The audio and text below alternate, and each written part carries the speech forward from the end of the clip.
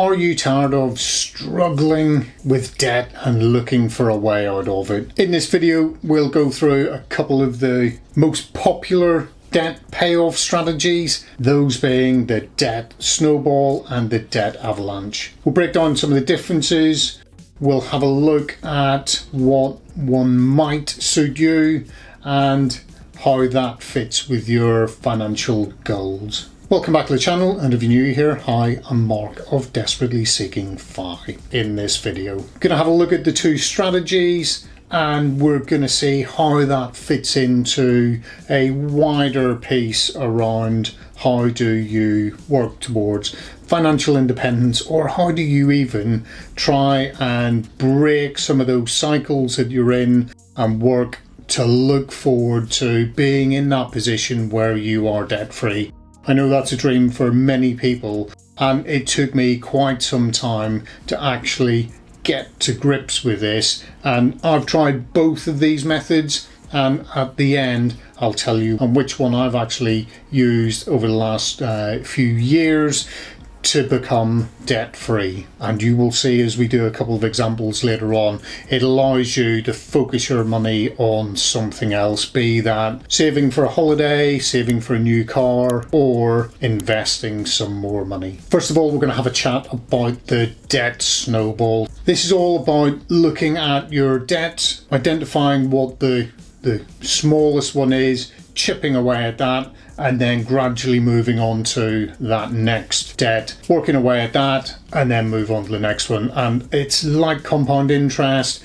As you move, you get more and more money, and the effect of paying off the debt becomes easier and easier, and it just grows and grows, and then boom, all your debts are gone. I suppose some of the biggest benefits of this are sort of that psychological. You see that you've got rid of one debt, you're moving on to the next one, you can see progress, and that makes it much easier. You get a sense of accomplishment and it spurs you on. But it all depends on what your personality type is, and we'll come on to that later on. Let's have a quick look at an example of the Debt Snowball. So what we've got here on the screen is just three very simple loans, looking at a car loan of £5,000, a credit card balance of £2,500, and then looking at that holiday loan that you have. So in the car loan, it's a 6.7% APR and you're paying off £200 a month. On the credit card, it's an 18.9% and you're paying off £250 a month. And then on the holiday loan, it's a 9.1 APR and you're paying off £100 a month. First of all, we are looking at what is the smallest amount, and that is going to be that £500. Forget about the fact that there's going to be a little bit of interest going on this each month, but you are paying off £100 a month. So in just over 5 months, you're going to have this paid off. Once that loan is finished with, we are going to take this and we're going to add it to the next smaller of the two balances. So we're going to move that across there. So you are going to be paying an extra £100 plus the £250. So in reality, you are then reducing that by £350, and you're going to then attack this £2,500. Once you've got rid of that, you're going to take that £350 and you're going to add it over here to the car loan. So in total, you're then going to be beating that one down as well with £550 per month. And what you see is straight away you've got rid of that holiday loan in 5 months. Wow, you've achieved something. And then you move on to the next one. You're then knocking away at that at £350 per month.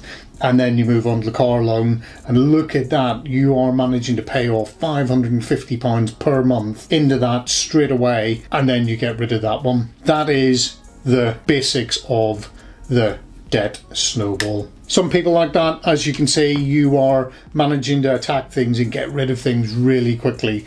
But what you do need to make sure that you do is that you are at least still paying off the minimum payments on the car loan and the credit card loan while you're attacking that holiday loan in the beginning. So what is the Debt Avalanche. Once again, you have to go away, you have to work out what loans you have. And this, I suppose, is one of those things that we need to try and figure out. How much do we owe in different pots? Let's go away and do that. Sit down, get out all your bills and statements, figure out how much it is you actually own to different providers, and let's get it down on paper, because once you know what the problem is, it is much easier to deal with it. Don't bury your head in the sand and be that ostrich and hope that by not thinking about it, it will all go away. The problem is the debt just keeps building and building and building and building. Let's try and get rid of it using one of these two methods. So the Debt Avalanche, this is you have a look at your highest APR and you deal with that first of all. So the highest interest rate, and you're going to get rid of that one and then start from the highest to the next highest to the next highest. What's the main benefit behind this one? This one is looking at you are saving money on your interest payments that you're making. So if you have a look at this example, you're looking at that 18.9%. If you're just paying off the minimum payment on that credit card, it's just gonna keep going on forever and ever and ever. You'll never get rid of it because you're only ever paying the minimum amount. So what you do is you would look initially at dealing with that credit card because it's at the 18.9. You would then move to the holiday loan if it still exists by the time. You might find that you might be paying a far smaller, you might only be paying £10 off as a minimum payment on that holiday loan. But what we want to do is focus in on that credit card first, the Avalanche method. Start highest interest and work down. So we'll be paying that off. So it takes us 10 or 11 months to pay off the credit card. It's gone. So you're going to shift it across and start paying off the holiday loan. And you're focusing £350 per month onto that. That wipes that out really quickly. And then we move that 350 across and we start dealing with the car loan. And once again, you're now focusing £550 straight into that loan and we get rid of that. Then what do? We used to be paying £550 out in the debts that we had.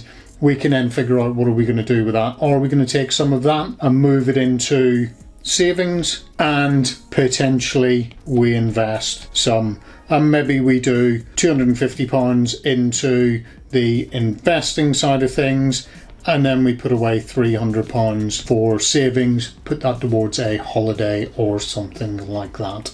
So let's have a quick look at some of the pros and cons of these two strategies. If your personality's into, you like to see nice quick wins, then you are looking at that motivational piece is going to lean you more towards the Debt Snowball side of things. But there are some potential drawbacks in that. If you are only paying off small amounts of money, you could end up racking up quite large interest payments because you're just paying off smaller amounts of money. So in the long run, you would end up paying more using the Debt Snowball. On the Debt Avalanche side, you will be saving money on the interest payments because you're basically doing a reverse to the Debt Snowball. But are you somebody who can just plod away and keep plodding away at getting rid of that debt? Or is that something that is going to get you down? If you lack that immediate gratification, it may be that you fall into your old ways and the Debt Avalanche doesn't quite work for you. It all depends on what way you work and what kind of psychology you can bring into the whole dealing with money. I've dropped a link down below. Psychology of Money is a brilliant book that I'm going to do a video about very soon, but you could potentially have a look at that and that might help you try and figure out which one of these two approaches works better for you. I've done this in the past and I actually went for the quick win, so I went for the Debt Snowball and I worked out I had too many credit cards, I had too many loans, and I had 3 or 4 different credit cards out there with money sat on all of them, and I was just paying off. In some cases, just the minimum amount that I was able to pay off. What I did was I then decided pick the smallest amount, cash amount, deal with that one and then move on to the next one, and that really did work for me, and within a year managed to pay off a lot of those debts and get myself into a position where I could then start focusing on saving and investing. There are lots of different tools out there. I will leave a couple of links down below to some websites that you could go and have a look at that will help you try and figure out how much money you could be paying in and how quickly you could manage to eliminate those different types of debts that you have.